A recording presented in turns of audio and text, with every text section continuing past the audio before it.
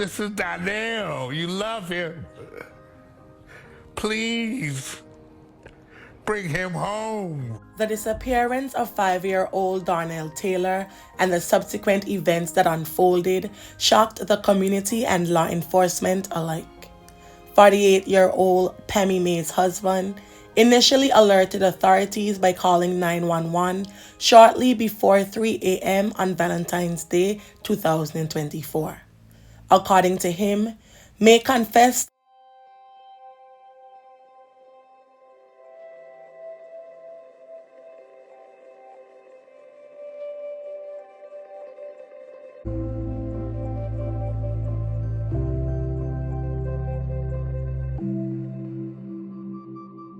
about their foster son, 5-year-old Darnell Taylor's passing, expressing a supposed plan for after the fact.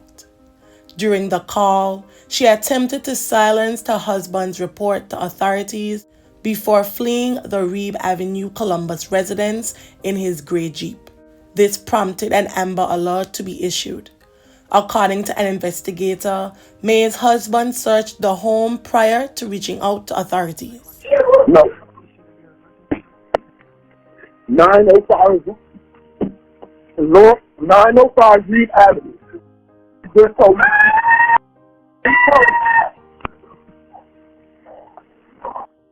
Oh, you what? That she killed us. She just told me she killed us. Okay. She just told me she killed us. Where's where's I don't know. I just checked out there in his bedroom. He is not here. Okay, what's his name? She's running out the house now. How old? She's 5. And is she white, black, or Hispanic? She's black. She's taking my car, and she's running out the house now. Okay, what's your name? Pammy Maye. P-A-M-M-Y. Okay, what kind of vehicle is that? It's gray Jeep Cherokee. The license plate is J-I-G-G-D with I'm sorry, J-I-G-G eyes that look like 2 eyes that look like the Roman numeral 2. She's speeding out of the driveway now. J-I-G-G-Z. She's headed towards Lockbourne and Reed now. Did she tell you how she did it or anything detailed? No. She just woke me up and said she's not here no more. I said, what would you do? What did you do to him? She said he's not alive. And then when I tried to grab the phone to call you, she started fighting me. Got up to check his room because I didn't get off work till 10:30 and I didn't see him tonight. I came straight home, took a shower, and went to bed. I didn't even check in on him because I usually don't when I get home because I want him to sleep. And now she's saying she just woke me up and just told me I got something serious to tell you. And I said, what? And that's what she told me. She's not here anymore. She talked about something. She got a plan. I'm not going to jail for her. Okay, and she didn't tell you anything about this plan? No. She just said, I got a plan, and that's when I called you, and I told her I'm not going to jail for her. Okay, when was the last time you... When I left to go to work this morning at 10 a.m. I left at 10 a.m. and I did not get home until 10:30. Any diagnosed illnesses or anything that... Or anything like that you know of? She does have depression and bipolar disorder, but she has been taking medicine for it. She's been fine. She's been around plenty of children. So this is completely out of character for her? Very much so. Very much so. Also, They go to police. Okay. They're just now pulling up. I understand. I want you to talk to him, but go ahead and give me her cell phone number. Her cell phone number is 614-707-9650. Okay. All right. Go ahead and speak with the officers. Thank you. She didn't tell me. She just woke me up. Okay. Yeah, you can. She woke me. Yeah, there's chickens over there. They have roosters and everything. Yeah, I haven't checked my house at all. She's fine. Yeah, okay. Okay. When I left at 10 o'clock, she was here. She was fine. Matter of fact, I even called and checked in on him a couple times during the day. I come home at 10:30. I know he's asleep. I didn't even go in his room and check on him. I take a shower. I go straight to sleep. She wakes me up. She wakes me up about 15 minutes ago and said, I got something serious to tell you. I said, what? She said, shut your phone off. Shut your phone off. So I shut the phone off and I said, what happened? She said, not here anymore. I said, well, what do you mean? Where did he go? Who is he with? She was like, he's not alive anymore. So then I grabbed my phone and I started to call y'all. I grabbed my phone and I started to call y'all. She started fighting me, grabbed me in my mouth, and I was trying to let me talk to the 911 operator. She grabbed my keys, which is like on the kitchen, right there on the side door. She grabbed my car and quit back driving and said down to her. I have no idea. She had relatives in town? Yeah, she's from here. She had her brother lived at 1999 Littlewater. Following the disturbing 911 call, the search for Taylor and Maye began, with police expressing grave concern for the boy's safety.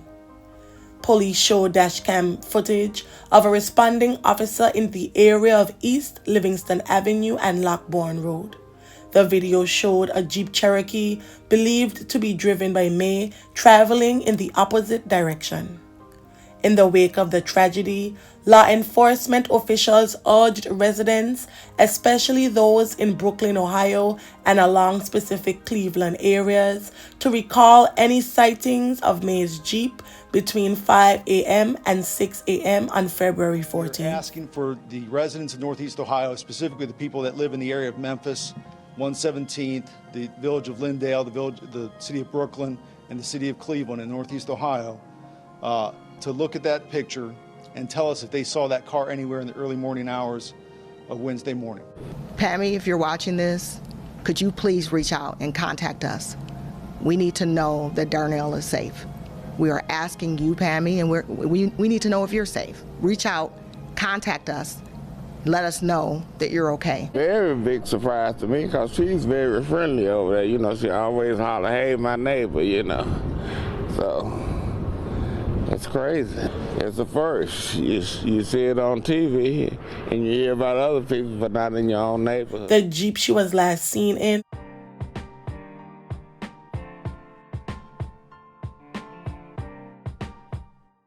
was found hours later in a Brooklyn apartment complex parking lot. It was approximately 150 miles away from the Columbus residence where the incident originated. The investigators noted that they benefited from automated license plate reading technology. However, despite the discovery, Maye and Darnell were nowhere to be found. That call was made at 3:03 a.m. and police showed us dash cam video captured of officers on their way to the scene at 3:07. You can see headlights and a gray car in the video, and police believe that is Maye's Jeep driving in the opposite direction. Then a license plate reader spotted her Jeep on I-71 near Denison Avenue in Cleveland.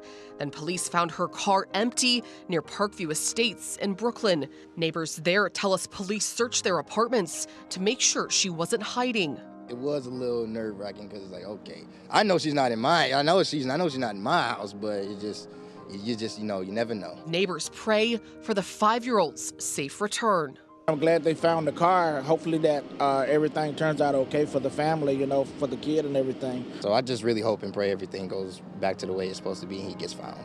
Darnell was last seen in Spider-Man pajamas and white boots, and Maye was wearing a green floral nightgown and pink shoes. Earlier today, we talked to a friend of Pammy Maye. Here's what she had to say. She was excited. She has a baby. And she had done, her and her husband been married for some years. And they just adopted the son last May, and she called me up and sent me pictures of him and everything. I'm just praying for her to come home, praying for her and the baby to be fine. Pammy Maye was charged with kidnapping and child endangerment the following day. A few hours later, as authorities intensified their search efforts, a crucial lead emerged. A 911 call from a business in the 4000 block of Tideman Road in Brooklyn reported Maye wandering suspiciously. She was barefoot, crying, distraught, and uncooperative. She refused to provide her name to the caller or dispatcher. Maye's attempt to contact her husband had failed. Her identity was confirmed by responding officers, and Pammy was later taken to a local hospital for medical attention.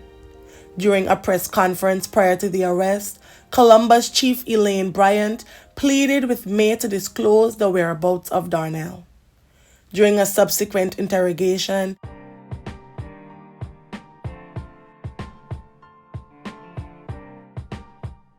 the 48-year-old provided information that led investigators to believe that the child's body might have been located in a sewage drain in Franklin County.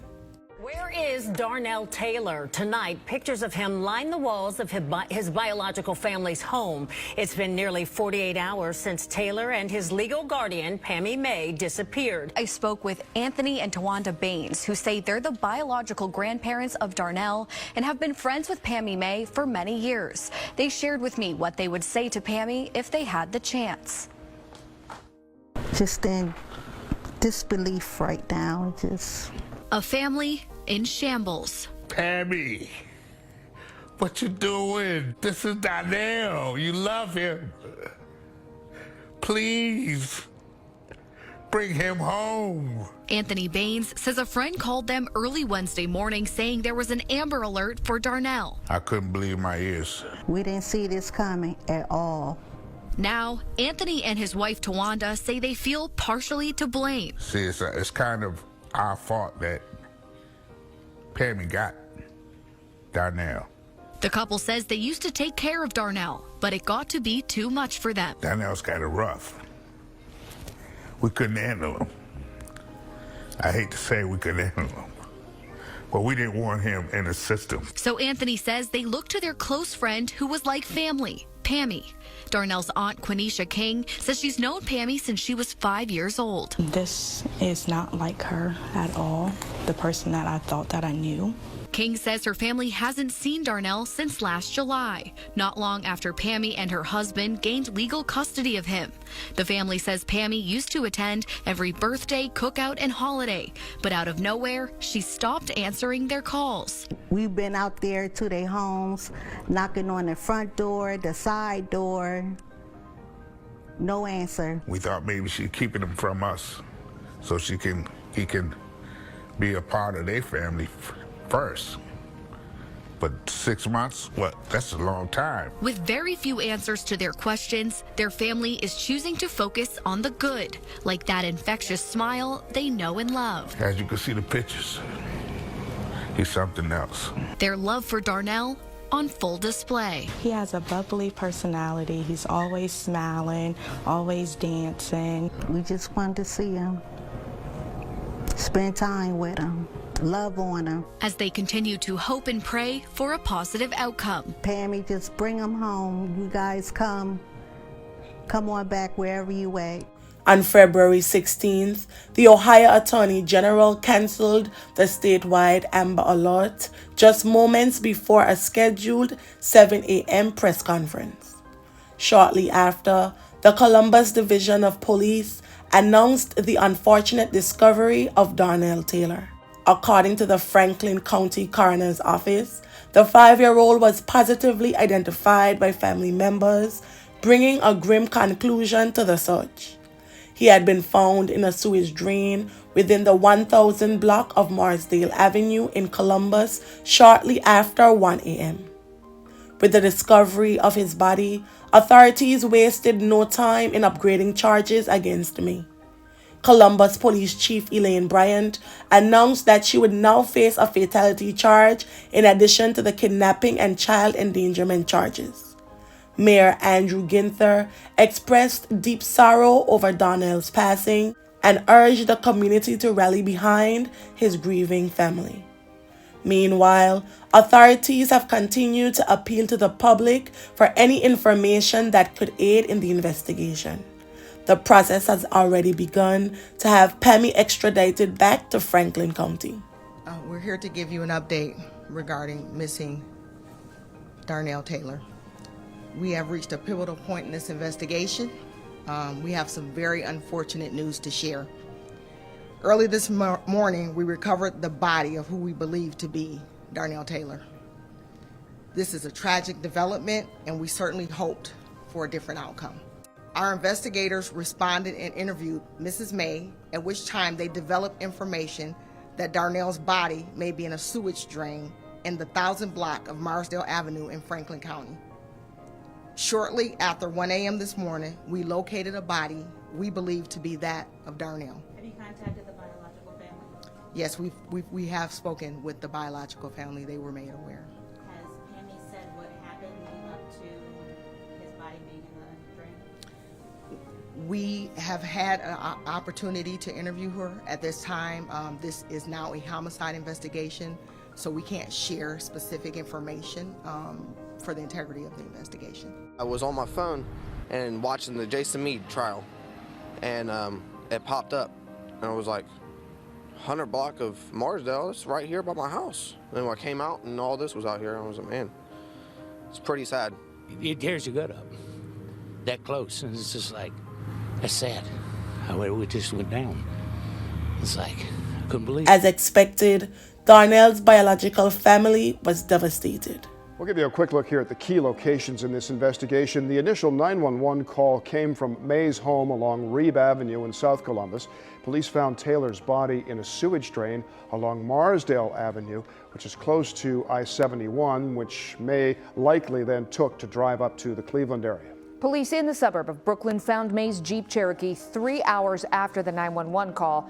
They then found her just blocks away from that spot. Yeah, we're actually right in front of the drain culvert right there, right behind us. That's where they found the 5-year-old's body. This all happened 16 hours ago, yet here we are as strangers and neighbors continue to drop off flowers and stuffed animals right in front of that homemade memorial for that little boy. And tonight, family members demanding answers why this child lost his life. He was a happy child. He was a happy child. Surrounded by family, maternal grandmother Shonda McGee is full of emotion as she remembers her 5-year-old grandson Darnell Taylor, whose body was discovered in a sewer drain by police early Friday morning in South Columbus. His smile was just a thousand words in his smile. And it broke my heart. I've been trying to get him because I knew in my heart that something wasn't right in that house. As the little boy's family prepares to bury a child they say should never have lost his life. Just keep me and my family in your prayers. Just keep us in your prayers. May the family and friends of Darnell Taylor find solace in the happy memories, and may his soul rest in perpetual peace. Thank you.